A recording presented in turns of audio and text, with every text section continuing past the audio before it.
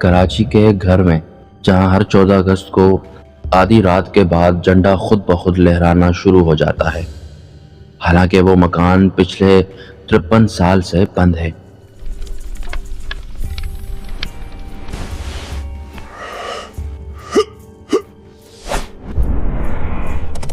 آخری ہچکی۔ گلستان جوہر کراچی میں ایک بند مکان ہے، بلاک 13H46۔ پڑوسیوں کا کہنا ہے یہ مکان بشیر احمد نامی ریٹائرڈ اسکول ماسٹر کا تھا، جو 1947 میں دلی سے ہجرت کر کے پاکستان آئے تھے۔ بشیر صاحب آزادی کے بہت بڑے دیوانے تھے۔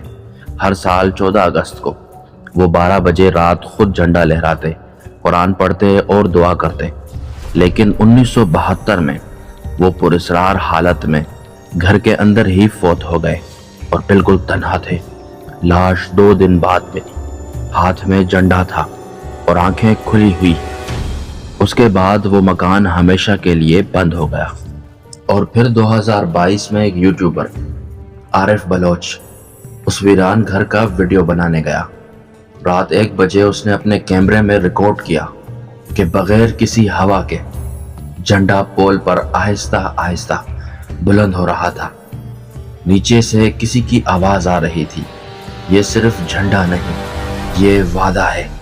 ویڈیو اپلوڈ کی گئی، لاکھوں ویوز آئے، مگر عارف نے اگلے دن اپنا چینل ڈیلیٹ کر دیا اور لاہور شفٹ ہو گیا، کسی کو کچھ نہ بتایا۔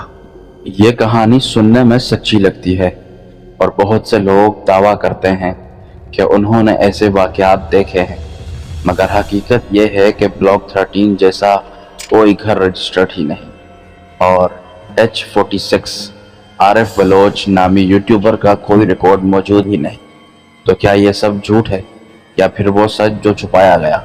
فیصلہ آپ کا۔ یہ کہانی صرف تفریحی مقصد کے لیے بنائی گئی ہے، اس کا مقصد کسی بھی فرد، علاقے یا تاریخ کو مسخ کرنا نہیں۔